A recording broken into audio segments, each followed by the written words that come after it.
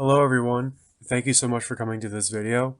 I'm Nicholas J. Parody, and I collaborated with Dr. Chung Wu, Philip Lekernick, Maria Herb, and others in developing a new theory of molecular evolution to help describe the evolution of SARS-CoV-2 virus.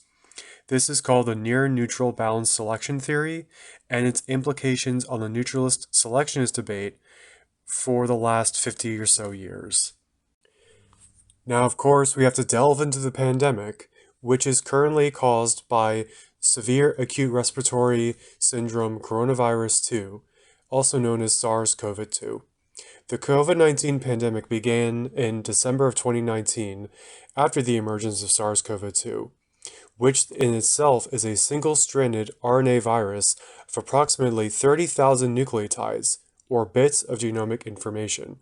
You probably know this as adenine, thymine, cytosine, and guanine, and with RNA, uracil replaces thymine.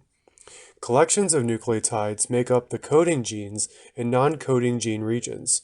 What do I mean by this? This basically means that coding genes eventually translate into protein, which are made up of nucleotide triplets, or amino acids, that contain biological functionality.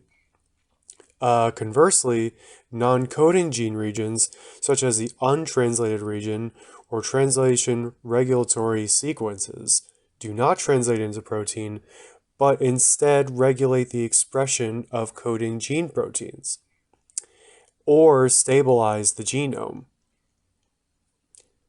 In this, SARS-CoV-2 contains about 10 coding genes, some which serve structural roles, such as S, E, M, and N, or spike, envelope, membrane, and nucleotide capsid proteins.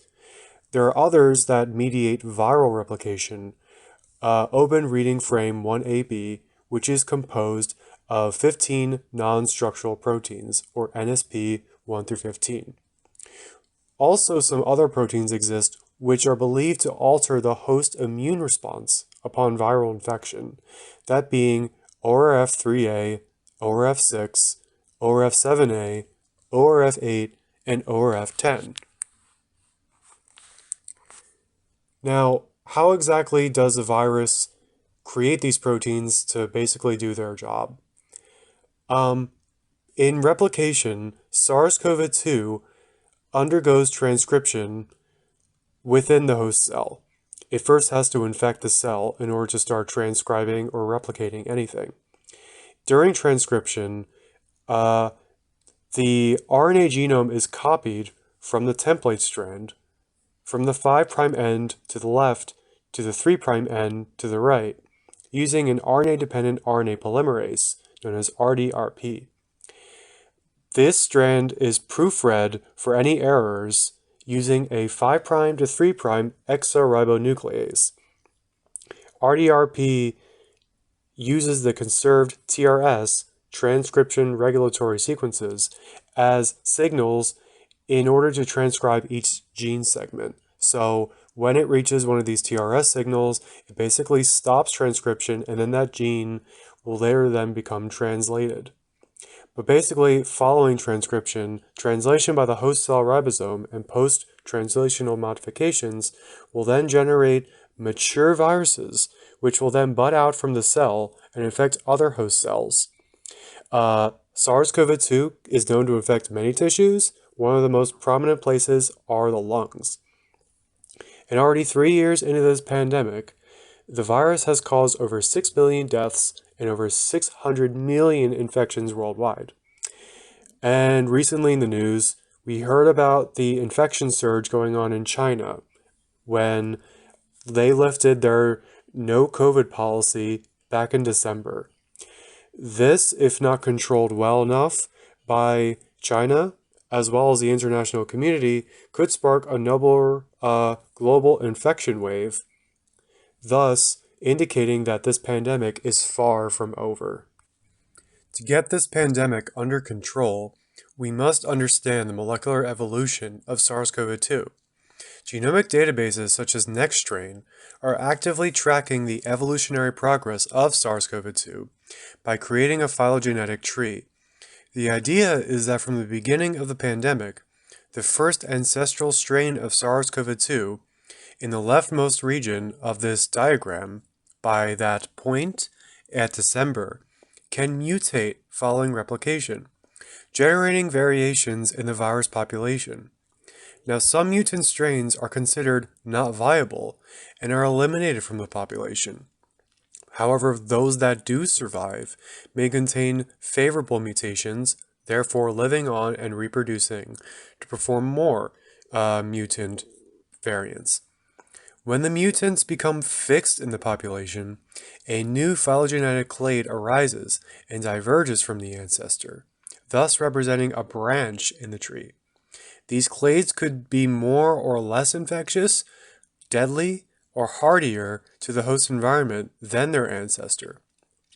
Because of this, more clades can emerge over time and become dominant in the virus population. If you can play this video, you'll notice that the emergence of a different virus clade globally becomes more apparent over time between December of 2019 and July of 2021, the date range in which we conducted our study.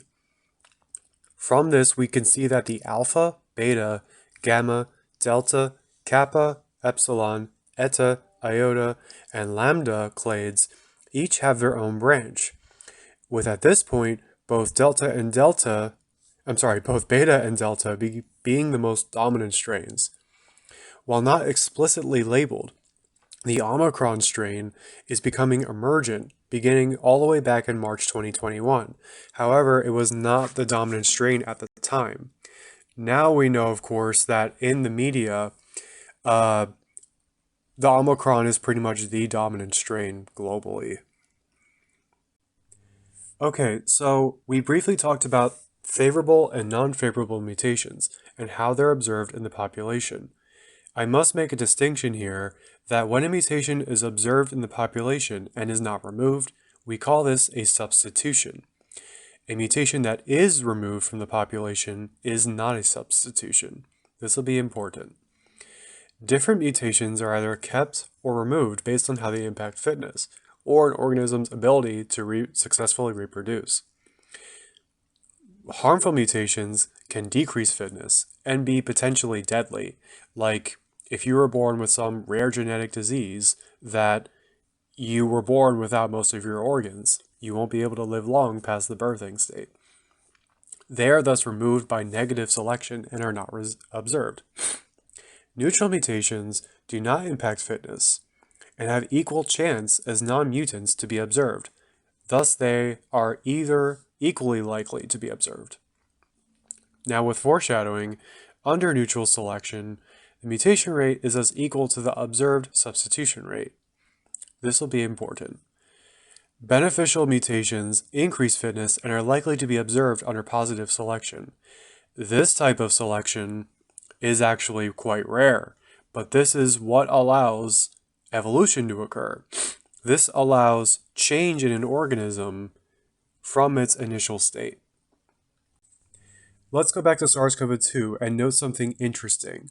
We notice that there is a constant mutation rate for the SARS-CoV-2 genome, despite changing environmental factors, such as changing number of infected humans in the global population and the amount of vaccines that have been handed out since the beginning of January of 2021.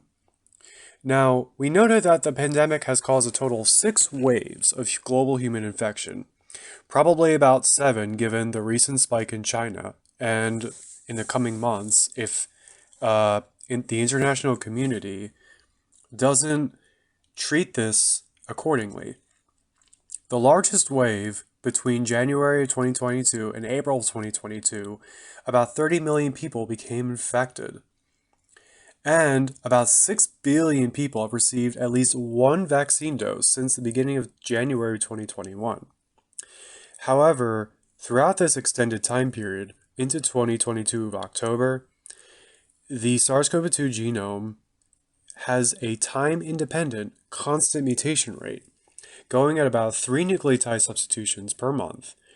That is, 3 nucleotide substitutions were fixed in the virus population every month, or about 29 substitutions per year.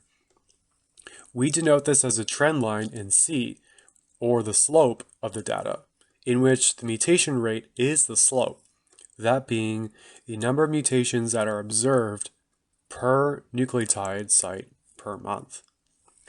We can ask ourselves a variety of questions from this data. So first, does the infected human population change the virus mutation rate at the genomic level at all? Does it just keep mutating like nothing's happening? Also, if the virus circulates in the human population for long enough, will substitution rate slow down as it becomes more acclimated to its host? At the beginning, the virus may mutate more rapidly in acclimating to a new environment, but once it settles down, it will start to slow down its mutation rate. The second question is, does the vaccination slow down the virus substitution rate? Or does it speed it up? Does it change the virus's behavior at all? Now, the answer to these questions is no. The virus seems to ignore these factors and mutate constantly over time. This is puzzling. What can explain the constant observed mutation rate for this virus? Is it due to neutral selection only? Under neutral selection only, which we'll get into more later, we saw earlier that the mutation rate is equal to the observed mutation rate, the substitution rate. But we must define the mutation rate first, and what is that? During transcription, RDRP can make mistakes. And these mistakes may not be readily picked up by the proofreader, the exoribonuclease that I also mentioned. Therefore, some mutations can be left behind over the course of the genome. RDRP can therefore make a random mutation at any nucleotide site with a putative constant mutation rate, that is mu, which has a probability to be fixed in the observed population. This is the substitution rate called C. Now, assuming neutral selection only, the observed substitution rate C is mostly due to neutral mutations. They don't do anything. While positive mutations can increase the substitution rate, they are incredibly rare and they don't really impact C that much. Deleterious mutations are removed, so they obviously do not make a contribution. Therefore, we would most likely see the mutation rate as a result of neutral mutations only. Let us imagine a scenario of how this neutral selection would look for this virus. Let's say that in a really, really small scale, we have 3 virus strains, NC, that each replicate with a chance to induce mutations in the population prior to neutral selection. Let's say each of these strains produce 3 progeny. Each of these 3 progeny bear a mutation that's in the red circle. So now we have 12 virus strains. The probability of mutation is about 3/12. The population, called NE, contains both mutant and non-mutant strains. Obviously, the parents that just copied themselves are not mutated. Now, under neutral selection from the host, that is a blue box, the host cell can induce an immune response to help get rid of these virus strains, or the host cell may die and kill the viruses with it. However, each mutation has an equal chance to be observed and fixed in the population after selection. This is called p-fix, which is about 1/4. And the sequences selected against do not end up in the population after selection, which is NC. The cycle then repeats after about 5 days. So we basically see that only 4 strains are left. We actually see that 2 of the non-mutant strains are killed off, and 2 mutant strains of each of the triplets also get killed off, leading a total virus population of 4. Now, from the population after selection, we can actually observe these mutations through genetic sequencing. And given that over time, the mutation begins to accumulate from all the genomes we sample, we can calculate the observed substitution rate. Assuming neutral selection, we would thus expect that C is equal to mu per unit time. The observed genomic mutation rate for SARS-CoV-2 in our data from December 2019 to July of 2021 is about 24 nucleotide mutations per site per year, or about 2 nucleotide substitution mutations per site per month. Again, it looks pretty linear. Now that we've gone over the 3 selection types, which are negative, neutral, and positive, and we've gone over what neutral selection looks like, let us focus on the 3 big theories of molecular evolution and see if any of them can explain the constant mutation rate of SARS-CoV-2. It should be noted that one side, believing in natural selection, fiercely butts heads with the other side, neutral selection theory, which sparked the Selectionist-Neutralist Controversy 50 years going on. The first theory is Selectionist Theory, which was developed by Charles Darwin in 1859. Now, under Selectionist Theory, or ST theory, only the fittest species survive through adaptation and successfully reproduce. You probably know this familiar coined term. So in this case, you probably have learned that the giraffes with the longer neck who reached up to get the fruit survived and fared better than the giraffes with the shorter necks. It adapts to the environment and therefore can survive. Now, a species can only undergo negative or positive mutations under ST theory. Thus, most observed substitutions are positive and increase fitness, known as yellow. They arise through adaptation to the surrounding environment. However, as environmental variables change, like introduction of the vaccine, we would expect the SARS-CoV-2 mutation rate to be time-dependent and respond similarly to the environment. This is shown by the hypothetical data in blue coloring. However, clearly this is not the case, as its reported genomic mutation rate is time-independent. Therefore, it seems that SARS-CoV-2 does not follow the selectionist theory. We will revisit this later. Fundamentally different from selectionist theory is Kimura's neutral theory, KNT, which was developed by Motoo Kimura in 1968. Under KNT, only the luckiest species survive through random chance and genetic drifting instead of adapting to the environment. The KNT sparked the beginning of the Selectionist-Neutralist Controversy, on which theory correctly described the molecular evolution of all species. We must note the change in the selection type distribution for the KNT compared to ST. We notice that the neutral selection in green makes up a significant chunk of the observed substitution mutations, whereas positive selection has become extremely rare. From what we have said earlier, we would expect a linear sequence variation line, and its slope is a constant mutation rate for this virus, which we observed. However, if the SARS-CoV-2 genomic mutation rate does not change over time, and does not change with vaccine exposure, then why must we keep developing the vaccine and the drugs? We therefore wouldn't be changing the behavior of this virus. This does not make sense because we still continue to develop vaccines in combating the more recent strains of COVID-19, SARS coronavirus 2. Information on why the KNT does not fit this virus will be explained shortly. A further adaptation of Kimura's KNT theory is the nearly neutral theory, which was developed by one of his students, Tomoko Ohta, in 1992. ONNT states that most observed substitutions are nearly neutral and slightly deleterious. But what is the difference between slight deleterious and strong deleterious?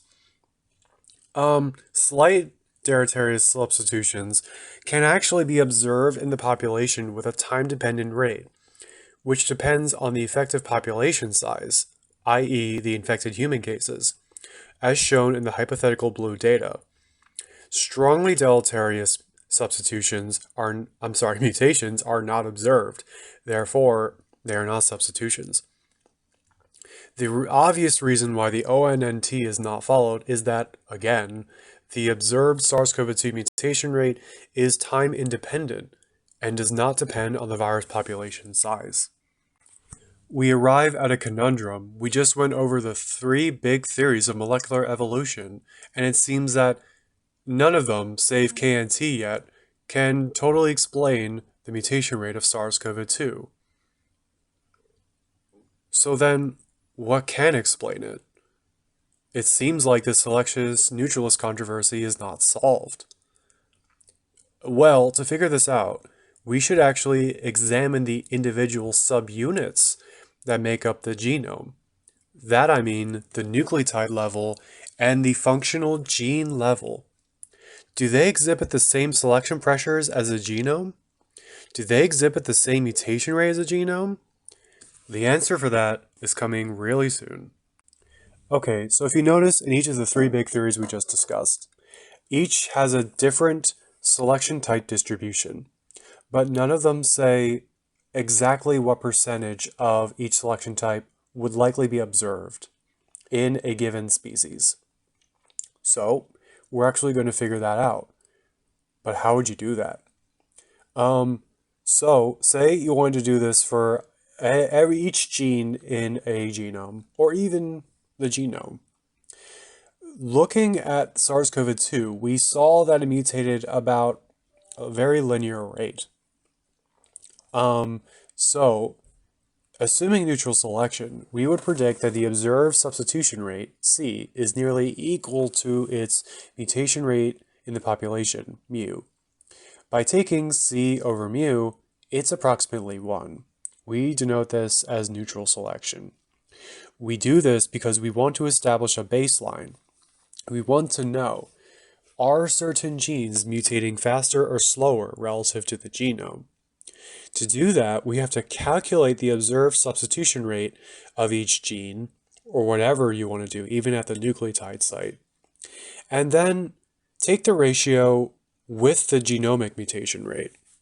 So, if C over mu is less than 1, we say that this is mutating slower than the genome, and that it's under negative selection. However, it's also time dependent. If it's mutating about the same rate, C to mu would be approximately 1. It'd be under likely neutral selection. And this would be considered more time independent. If C over mu is greater than 1, we could say it's mutating faster and is positive selection, also time dependent. This method can be applied anywhere in the genome, even in the coding or non-coding gene regions. Now here comes the big hurrah. The near-neutral bound selection theory will help explain what we observe from the SARS-CoV-2 mutation data. From the NNBST, which is the acronym we're using, this likely means that each nucleotide site within the whole genome of SARS-CoV-2 did not exhibit the same mutation rate as we observed. To show this, we counted the total percent mutations, the observed mutations, within each site, all 29,903 nucleotide sites. Over 11,000 SARS-CoV-2 genomic sequences from infected human patients from the NextStrain database.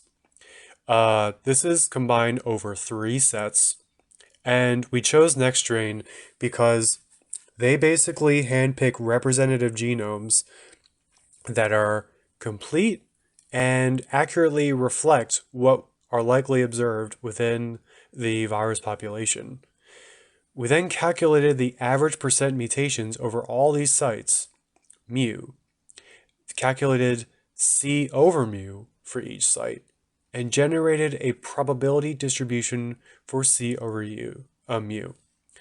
Finally, we calculated the probability of each site experiencing any number of mutations, i.e.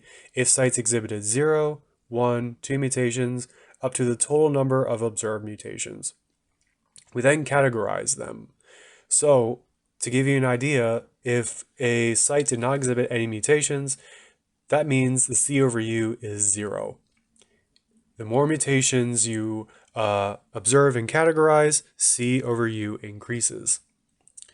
Interestingly, an L-shaped probability distribution was observed for this genome, indicating that most of these sites did not exhibit any mutations.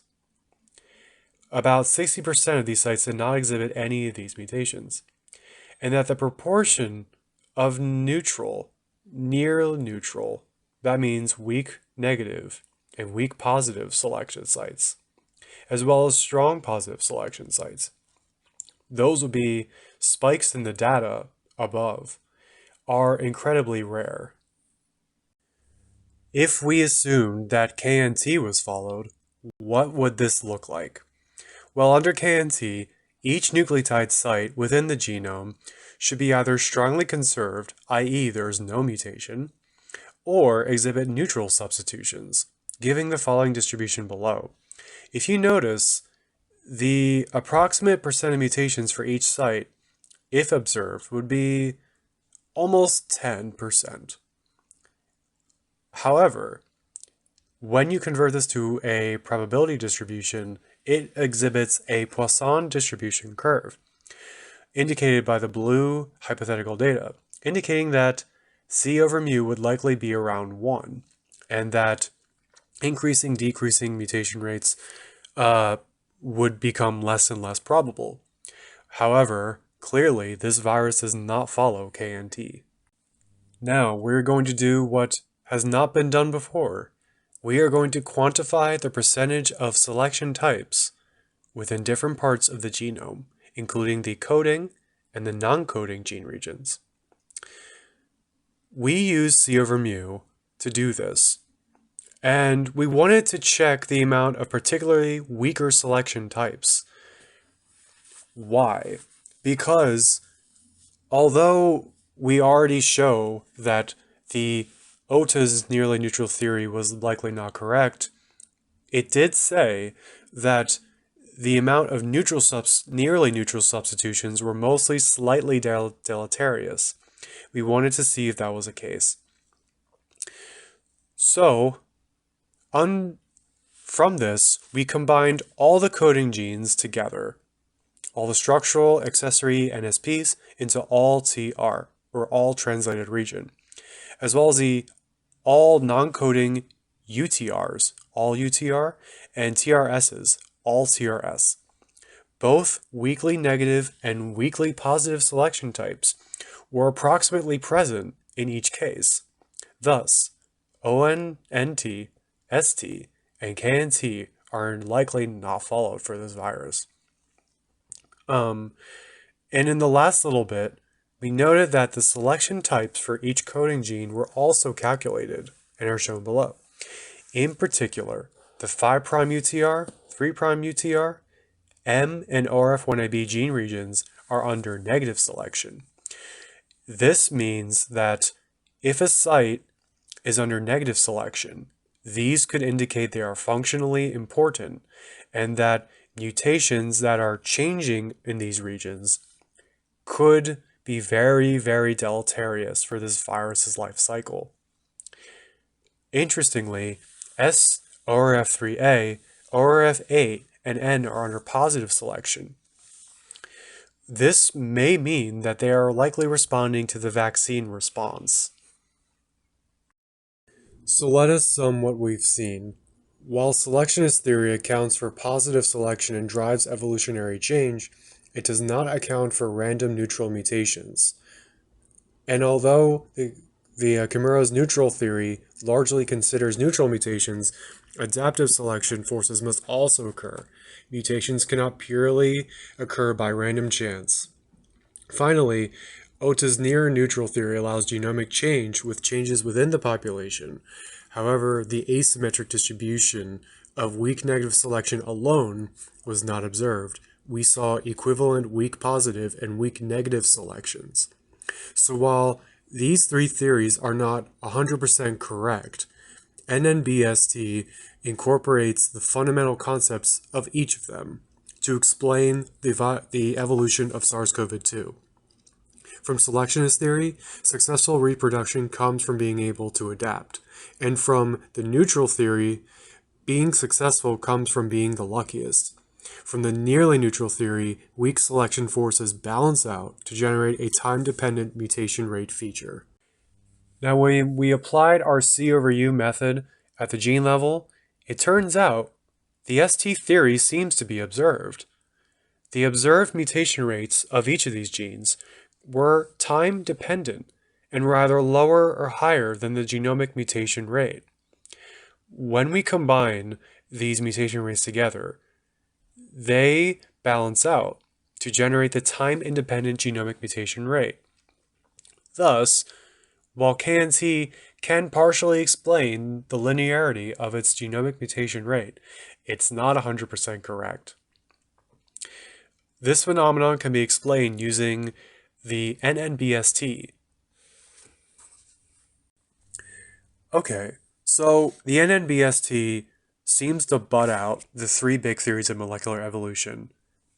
But why does the NNBST really matter? What do we really care about it? What can we take away from it? Well, based on the different mutation rates we observe from the genomic mutation rate, we can actually go further, go into each gene or each protein, and see why it's mutating faster relative to the genome. See what regions are responsible. And in one really great case is the S protein. The S protein is basically the key to unlocking its way into host cells and infecting them. So basically the virus uses the spike protein and attaches to a cell surface receptor called HACE2, which is the lock on a host cell. Allowing entry, SARS-CoV-2 can infect the cell and initiate viral replication. Below is a solved structure model of the S protein, colored by domain. Domains are different regions of the protein which carry out different functions, which can explain its general function. So the key to the S protein is actually what's known as the receptor binding domain in green. It attaches to HACE2. Each of the other domains perform various different functions. To combat the virus, the vaccine is actually the RNA blueprints of the SARS-CoV-2 S protein, or spike protein, which is then wrapped in a lipid nanoparticle, which actually protects the vaccine from the extracellular environment as well as the host cell environment. S protein is also a good antigen, so therefore it's actually quite good for developing antibodies against. When the vaccine gets into the cell, the host immune system will recognize the spike protein and develop antibodies to prevent future infections. But despite the high effectiveness of the first vaccine rollout in January of 2021, we've since needed to develop new versions of the vaccine to combat newer variants like Omicron. Why though? Is the S protein adapting to the vaccine and therefore that's why we keep updating it? To figure this out, we looked at the S protein mutation rate, the S gene mutation rate, and noticed that after the 10th month, that's when the vaccine started to roll out.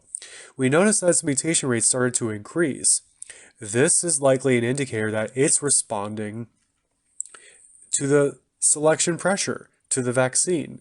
A selection pressure would likely prevent virus infection. It basically would prevent HACE binding to the spike protein, preventing it from getting into a cell, and then the extracellular environment destroys it.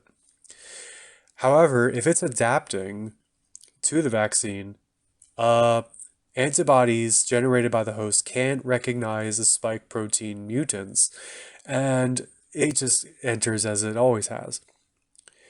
To figure this out, what about the S protein is actually doing this, we need to look at the individual domains, particularly the receptor binding domain. And we're going to use NNBST theory to prove it. By using NNBST for each protein, we can show that the vaccine can still save us. We can figure out why we have to keep developing new vaccines.